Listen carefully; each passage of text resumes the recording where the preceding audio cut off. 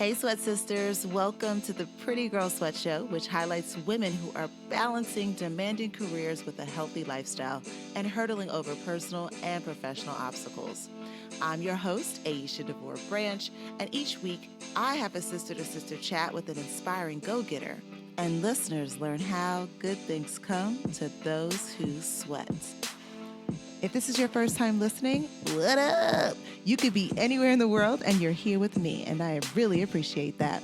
If you love what you hear, take a second to subscribe to the podcast so you get updates every time we drop a new episode. If you got half a second, leave a rating, which will help other Sweat Sisters in need of some inspiration find our podcast. If you have a minute, please follow us across all social media platforms. We are at Pretty Girl Sweat on Instagram, Facebook, and Twitter, and YouTube. Use the hashtag PrettyGirlSweat when sharing this episode. And if you have 5 minutes, please leave a review and let us know how we're doing. You're listening to Season 2, Episode 24 of the Pretty Girl Sweat Show. And today I'm chatting with Tes Sobomehin Marshall, a race director and Atlanta running community leader. The Indiana native and graduate of University of Virginia has been organizing group runs, training teams, and road races since 2011 through her company, Running Nerds, LLC, which offers a variety of road race experiences and has produced and directed over 100 races, large group runs with up to 2,000 participants, and training sessions. Tune in to hear how her health has fueled her professional journey. Hello, Tess. Welcome to the Pretty Girl Sweat Show. Hello, how you doing? I'm doing pretty great. The sun is shining, so I have no complaints. Yes, been shining a lot here the last couple of weeks. Tell me about it. I mean, it's not even summer yet, and I feel like we're knocking on 100 every single day in Atlanta. Yes. All right, so it's hot in our city, but I would love to learn more about your journey and your upbringing and where you grew up. So maybe you could share that with our audience. I was born in Gary, Indiana, so I claim Gary, Indiana as my hometown because I was born there and graduated from high school there.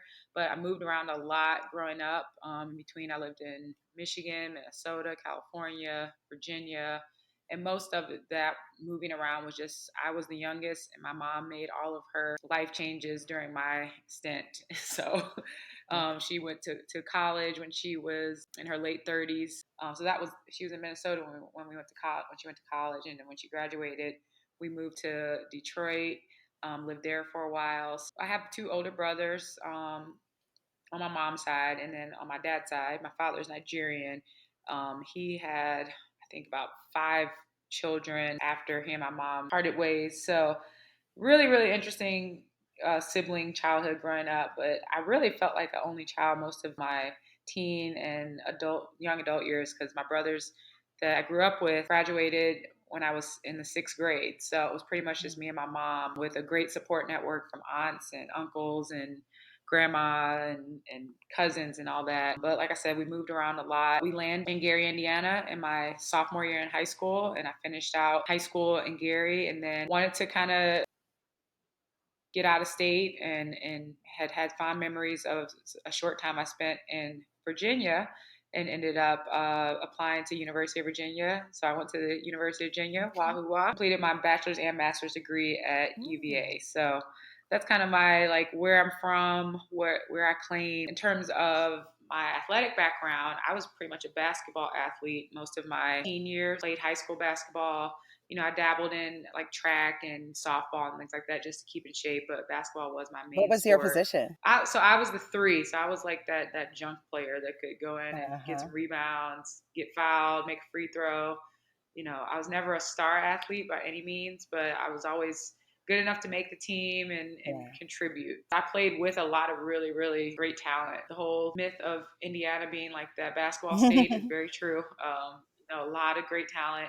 And I'm from Gary's in the northwest quadrant of Indiana, which is close to Chicago. So we were called the region when I was growing up because we had a lot of great players, particularly in women's basketball that came out of our area during my tenure there. So a lot of those women went on to play at prestigious colleges, WNBA, and a lot of them are coaching collegiate and professional at this time.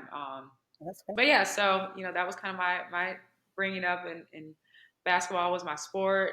I lived and breathed it. I was the type that knew everything about every college player, every professional team. So, as we kind of get into my story, it's going to be kind of funny to see the transition. Like right now, I have no idea who. I think the NBA finals Yes, are they still going are. on. I Yes, yes, heard yes.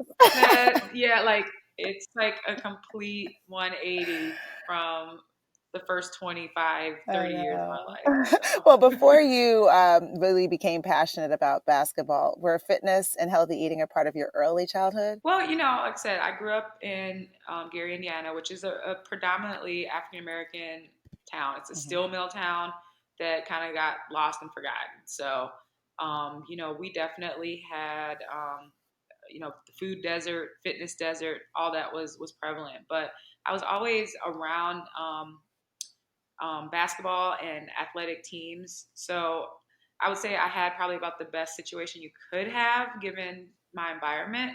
I was privileged to be able to like go to AAU tournaments, traveling basketball teams. So we were always very cognizant of staying in shape for the season. But we were teenagers, so we ate a lot of fast food. A lot of times your weeknight meals were at the hot dog stands. So you get hot dogs, popcorn, and I had my share of Coca-Cola and Sprite in Yeah. those teenage years. I think we were as aware as you could possibly be, given that we didn't really have a lot of options around us in the environment that Well, I what grew up about in college? How was it difficult for you to balance a healthy lifestyle because you were a high school athlete and then you went to UVA? in. Dating could take up a lot of time. Your social life takes up a lot of time, and Yeah. then college is stressful. So, what was that like for your Yes, health definitely. journey? Well, the cool thing about college, and I say this now, is the introduction to the dining hall. So being able to go and have your choice of whatever you wanted to eat every day, like I don't understand why we don't get that experience as adults. Like it's like the perfect situation. You go to a central location and you got everything you want to eat. So definitely, that first year of college, it was great to have a meal plan. I remember I had like the max meal plan. I would go breakfast, lunch, dinner, and it was really like a social time too. Like that was the thing I really remember about food, nutrition, and eating. It was like you went and that's where you met people. It was a common. We had lots of different dining hall options at UVA, as well as like kind of like clubhouse, like small boutique restaurant type options. So I remember eating being very social, having a lot of options. I have been a fan of, fruits, vegetables, that kind of thing growing up. But, we were definitely, never missed a meal. And whenever there was an opportunity to go off campus, we took advantage of that. It was definitely a very social and really fond memories of, my eating and nutrition experience. And then I got involved in the women's basketball team when I was at UVA. I was a manager for my time there. And then we also started a club basketball team, and I played on that team for my junior and senior year. So again, kind of exposed to the traveling and being able to be with the team on the road. We had a team nutritionist that I would confer with because as a female, obviously in college, you always worry about that freshman 15, that whole situation. Oh, and another thing I guess to mention is I got a job at one of the fitness centers my first year. I think it was the first week of school. I walked in, I wanted to be around the gym. So I would actually go out and go work out quite often.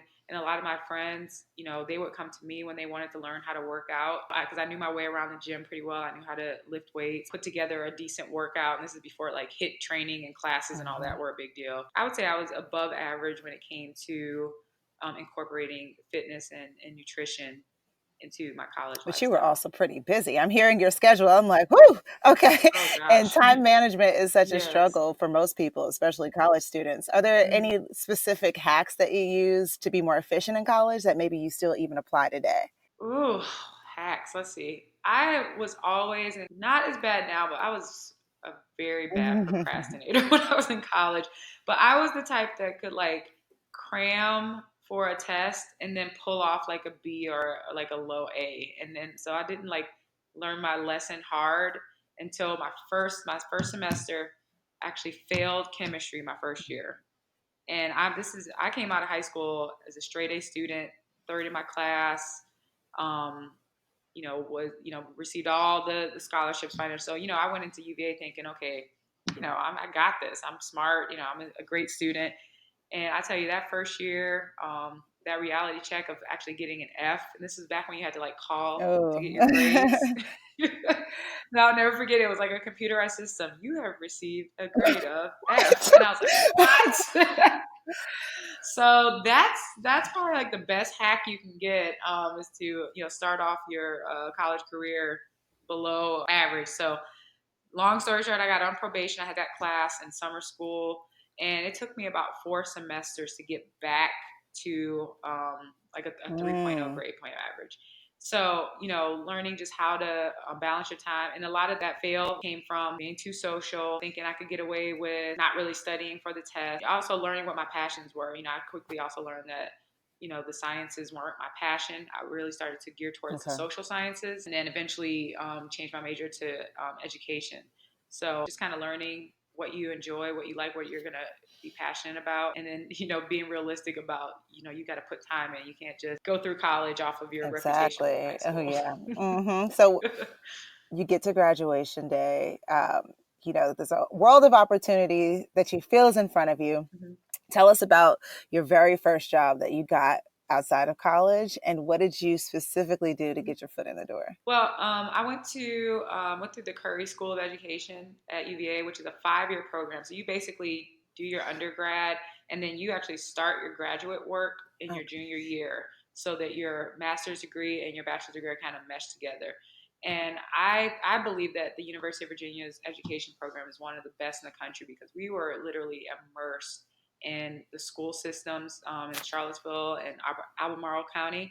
So when I came out of college, I felt like mhm. I was ready to go into a classroom and teach. I mean, we had lesson plan experiences. Our placements were 3 to 5 months. So my first job was actually as a health and physical education teacher in Woodbridge County at Okay. Woodbridge High School in Northern Virginia. And I came out with a master's degree. So a lot of my coworkers were teachers who had been in the school system for 10, 15 years, and they had to go back to school. So they were like going to Uh-huh. night school while they were working. And I come in as this like 22-year-old with my master's degree, right away. And I learned very quickly. I enjoyed teaching when I was coaching. So I coached girls basketball. I was a junior varsity coach, and then I worked my way up to being a high school varsity coach at a different high school. I learned very quickly, like I said, that I enjoyed coaching. I enjoyed bringing teams together, building that community. And I actually started my own personal training, like Oh, basketball cool. personal training company. My first year out of college, I ran a couple of basketball camps and had a couple of young clients that I just kind of trained on the side to help them improve their skills so that they could get Okay. prepared for high school basketball. So, I came out like right away. I bought my first house within my first year out of college. So, all that I give a lot of credit to, my preparation Now, did the from Curry Curry School School. find the job opportunity for you, or did you look in? So, like, I don't know, like the newspaper to find it. Like, how did you know that there was an opening? Mhm. Okay. So we had a lot of career fairs in our last year. And so all the different counties would come to the University of Virginia's career fairs, because our teachers are very, like I said, well trained, well sought out. Our physical education program, we're actually certified K through 12 and adapted. So I really had my pick of jobs. I actually was able to choose from a position in Montgomery County in Pennsylvania, and then down here in DeKalb County in Woodbridge. And I ultimately chose Woodbridge because I wanted to stay in Virginia. Got it. Okay. And then when you were starting Hmm. your business, how did you go about it? Like, what were the steps that you took? Just in case there's someone listening and saying, "Oh, this is amazing. Like, how do I do it? I need Yeah. some steps." Well, it's funny. Well, I mean, obviously we'll get into talking about my current business, but I really think back on, I think it was just a natural thing. I felt like, I wanted to help these kids, these young girls who were middle school aged. And, I was coaching the ninth graders, and I saw kind of where the skills needed to be. So I basically reached out to parents of the middle school kids and said, hey, if you want to prepare your kids so they can make the team next year, here's a service that I'm offering. I was working at the local fitness center in my city, and so I had Okay. access to the courts. So I would block off times so they could come, and we just go through drills and, really, really break down their skill set. And like I said, the camps, it was just all about, it was just like finding folks and building relationships. I remember I held an overnight basketball camp at the Mm-hmm. Boys and Girls Club. So it was literally like the kids got dropped off at 7 o'clock and they stayed all the way until 7 o'clock the next morning. And we literally had something going on for the Oh, entire that's 12 fun. hours. And I think I hired the local high school kids to be the counselors. And it was the young, like elementary and middle school kids that were the participants. Building connections, reaching out to people, and then asking the question, hey, Right. can I host this event? And you know, this was pre 9/11, pre Columbine, pre all that. So there's a lot more Right. like trust in programming and things like that. I don't know how easy it is to get kid events Mm-hmm. approved these days. But you know, I just remember it being, you know, it's a great idea, and parents were happy to have, you know, something for Yeah. Did you their set kids it to up do. as a business? Like, like register, like come up with a name for the company and then actually like get it registered Mhm. and do all that? So that business was called Challenge. It's called Challenge Premier Youth Basket. I always come up with these long names. Premier Youth Okay. Basketball Skills Clinics, but Okay. short Challenge. And I've always had my favorite colors have always been like blue and green. Actually, it's so funny. I'm like telling the story and thinking about how things have repeated in my life because that ended up being my Oh, wedding okay. colors. But it was blue and green, and I made up my logo on Microsoft Word Okay. using like clip Okay. art and a cool font, you know, one of those fonts that. And I remember like just I had a color printer and I printed out membership cards and um, I don't recall going through. I don't recall LLCing myself or going through any like appropriate business channels. I did Oh, open okay. up a bank Okay. account though. So I opened up a bank account and it was a challenge bank account. I think it was a Got it. savings business account. Yeah, so you know those were the most of the four. But I ran it pretty much out of my Nice. home office, and a lot of my clients were word of mouth, and the camps were just marketing through the various channels. Because I used to coach the high school and I coached AAU How did you basketball as figure out well. how much to charge like parents? I worked at the gym and I remember kind of looking at researching like personal training rates. So I just kind of equated it to that. And then, growing up, I Mm-hmm. went to basketball camps all through my life. So I knew kind of what the going rate was Exactly. for a basketball camp. And, a lot of times the parents would just come out and say, hey, I'll pay you $20 an Yeah. hour to work with my kid. And I was like, I mean, for me, coming right out of high school, this was like Uh-huh. a side hustle. Oh That yeah, sounded sounds great great. to me. Yeah. Even now, it sounds great. It's awesome. Okay. All right. Yes. So, what was the absolute biggest risk you've ever taken for your career? Kind of moving past the whole basketball thing, just to kind of speed through my 20s and 30s, I coached high school basketball. Eventually took a college assistant basketball coaching job at a small school called Oberlin College in Ohio. That led to a head coaching position at Kalamazoo College in Michigan, where I coached for about 3 years. And then I moved to Georgia. That's what brought me to Georgia. I was the head women's basketball coach at Augusta State University. Um, so all of those were just kind of like big jumps, milestones. I was very fortunate. I was kind of promoted through the ranks um, quickly. But I guess the biggest risk would have been basically deciding that I wanted to start a running group and become a race director because honestly, there was no defined career path for it. Um, I had been taking up running personally, and I was out at these races every weekend and making new friends and seeing how cool the running community was. And one day I just was like, you know what? I think I want to put on a race. And so I just started asking people that put on races that I thought put on great races and said, what does it take to put on a race? And I got the same advice. Pick a date, pick a location, market it, tell people what you're doing. So this was 2011. And in that process, I was working about 4 or 5 part-time jobs just to, make rent, be able to pay my bills. I was single at the Mm-hmm. time. It was just me and my dog. And I had opportunities to apply for full-time positions and get back into the workforce. And I made a decision to not do that because I didn't want to tie myself up with a full-time job and not be able to see this whole like putting on events thing through. So I definitely say that was the biggest risk that I took because Mm-hmm. it could have not worked out and I could have, anything could have happened. Who knows what could have Yeah. happened. But once you got it started, what was your proudest moment? Well, my proudest moment, I think I get to have them multiple times because it's thinking of an event. So I'll use our most recent new event, which is the race, half marathon and 5K.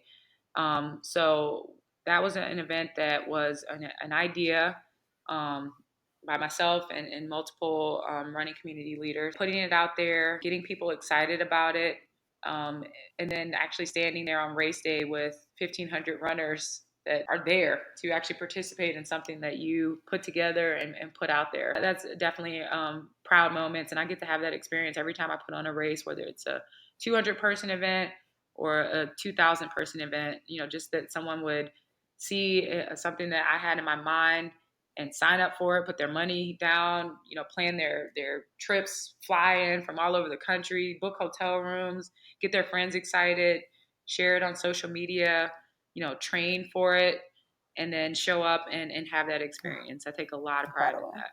So you're an entrepreneur. And with that, you have to be pretty smart about money. What are some ways that you've been able to do that? Well, I take really low calculated risk, particularly with events. So I've always said that, I don't put on events to entertain myself. I put on events that I feel like people want. So I do my due diligence. Like when I come up with an idea for an event, I always kind of vet it either with my running friends or I'll put it out there on social media. Um, or I just kind of pay attention to trends that are going on in the running community. So, a lot of our races, our Run Social Race Series, are all events that have some type of social aspect to them. And that actually came about because, we were putting on events and I would notice that people would run the race. It'd take 30 minutes, 20, 30 minutes to run the 5K, but then they want to stay and hang out and sit and talk to their friends and have a beer or enjoy the food, whatever it is that we had. So I kind of looked at that and I said, well, this looks like something that people want. So, honestly, the biggest, way to kind of take a risk and see what people want is to just observe the people and what they're gravitating to. I hear a lot of pitches for race events, and I never want to like kill anybody's dream, but I always go back to them and say, okay, do you have have you vetted this idea? Because you don't want to. The great thing about races is that they kind of pay for themselves as they go. There's not a lot of front money, and if you do a good job and you put on a great event, you don't overspend. So that's another thing. I don't overspend. Then you can have some return, and then invest it into the next event, and then invest that into the next event. And then now you're able to, hire people to help. So, I think that's the biggest thing is just let the events kind of pay for themselves and then reinvest as you go along. Well, since we're talking about investing, what are some ways that you've invested in yourself throughout the years? We've come to the point where Running Nerds, that is, where we can pretty much do everything that we need in-house to put on a race. So, I started off where I would have to hire out, timing companies to time our races, cone companies to cone the event, even a lot of our supplies that we own. We used to rent those supplies or we would get them for one event. So, we definitely invest in a lot of equipment. We own our own cones. We own our own timing software. We own, with the software comes, the bibs, that kind of thing. So everything that we need to put on a simple 5K, we own it. That's huge. That's really huge. Cool. Yeah. So any advice for female business owners, whether they want to do what you do or just want to work for themselves? What's the biggest piece of advice you think you could give them? I get asked that a lot, and I think some advice that's probably different than what any business owner will tell you is just be sure that what you're doing is providing a service for others. And I think passion and working out of passion is great, but at the end of the day, if it's not serving a purpose or a need, you're going to struggle more than you probably need to. And that's not to say that if you do have an idea that's driven by passion, that it's not a good idea, but just do your due diligence, figure out what that niche is going to be so that you can exemplify your passion and it be a smart business move for you as well. I always say that if people stop signing up for races, then I'll stop putting them on. It's that simple. I'm not going to just keep, beating it over the head, like, any kind of event. We're not at that point right now, but I'm realistic enough to know that it's how our society is. We're a very trendy society, so there might be some need for adjustment. So I guess that's another piece of advice. Just be ready to adjust. Plan going in might not be the same 10 years from now. You might have to make adjustments to the times and the needs and the wants of the community. All right. Well, Now it's time for rapid fire questions. Are you ready? Rapid fire. All right, we're going to speed through these really quickly. First question is, which app on your phone do you use the most? Definitely the social media apps because communicate with our audience and with my family and friends. So Facebook, Instagram. But one practical app that I would recommend is the Digit app. I don't know if you've heard of that app, but it's one of those apps that kind of automatically takes money out of your existing bank account as a savings. So it's like passive savings from your own money. So I highly recommend Digit. I've been doing it for about 3 years, and it's been cool, like just to see that build up. And it's money that you just don't even miss it. You know, they take fractions of your bank account every day. Great tip. Thank you. Okay. What's your favorite book? I'm currently reading the book about H.J. Russell, who's a famous, prominent Atlanta builder. So I'm reading his story, trying to learn more about his history. But another book that I love is the whole Pat Summitt, who's a legendary women's basketball coach from the University of Tennessee. I loved all her books, you know, not only as a basketball coach, but just, you know, as a person, you know, trying to make an impact in her world. What's one small thing you do each day that makes you happy? Eating. All right. It's my favorite part of the day is eating, sitting on the couch with my husband, catching up on the day. Okay. So how many hours of sleep do you get each night? Usually 7 to 8. I'm pretty good about getting sleep. What's one way you make fitness fun? Doing it with friends. Okay. How often do you work out per week? If I'm not training, probably 2 to 3 days a week. If I'm in training, 4 to 5. Besides running, what is your favorite workout? I like swimming and going to like a good spin class or a HIIT class. Okay. What's always in your gym bag? Good wipes. Okay. All right. What's one thing that can make or break your workout? Workout traffic. If I have to sit in a bunch of traffic to get there, it just yeah. What do you think your life would be like right now if you weren't working out? I'd probably be overweight, unhappy, probably have all kinds of medical issues, and no friends. There we go. All right. What is a meal you typically eat before working out? I keep it simple before working out. So like a banana, a bar, or like if it's like a race morning, I'll usually eat like oatmeal. Okay. What about after a workout? Anything, everything that's in sight. Pizza, burgers, pasta, beer. I love beer. Well, those all sound like a cheat day meal. I mean, would you eat that on a cheat day or something else? I don't really believe in cheat days. I just believe you gotta eat in moderation, everything in moderation, and then, you know, be okay with enjoying food. Okay. So I'm a big foodie. So what's your go-to beauty product? I mean, something that if you were about to get on a flight and you realized you didn't have it, you would go back home and get earrings and eyeliner. I always have earrings on, and I try to wear eyeliner every day. What's your favorite deodorant? Unscented. I like just basic unscented deodorants. Okay. And when you hear the words "pretty girl sweat," what do they mean to you? Basically, that it basically tells me that it's okay to sweat, and your health and your beauty can coexist. That's really what that means to me. And I absolutely love the platform, but it's okay to be a woman and sweat and take care of your health. Thank you. Well said. All right. What's next for you? So Running Nerds, which is my company, we have a race series called the Run Social Race Series, and we are about to embark upon our third event of the series, which is the Monday Nighter 5K, 10K, and kids race at the Monday Night Garage. So I'm not sure when this is airing, but this is that race is on June 17th. It's on a Monday night, hence the name, the Monday Nighter. And then we've got the Peachtree Road Race. We're going to be promoting the race half marathon and 5K at the Peachtree Road Race Expo. So that makes for a pretty big month for us. That's the Peachtree Road Race is in its 50th year. So the race itself, the expo, everything, it's just going to be a really fun time to get the word out about really all of our events. But we're going to be promoting the race and the Run Social Race Series pretty heavily there. Well, we're so excited to check out the Monday Nighter. Yes. On the calendar, we will be there. And I'm so happy I got the chance to speak with you and learn more about your journey, because it was definitely an inspiring one to hear about. So until next time, keep running. All right. Thank you. And thank you again for everything that you do for the fitness community. It's just a great platform, and we as women appreciate what you do. Thank you. That means the world to me. Thank you so much. and that's Tes. To learn more about her and her upcoming events, check her out on Instagram at runningnerds, at @therace_UC, and at Run Social Atlanta. You can also find her on Facebook at Running Nerds, at The Race, and at Run Social Atlanta. And don't forget to visit her websites at runsocialatlanta.com and theraceuc.com. Join us on Saturday, September 14th for the 3rd annual Pretty Girl Sweat Fest Atlanta. Grab your squad for the ultimate Sweat Sisterhood Fitness Festival.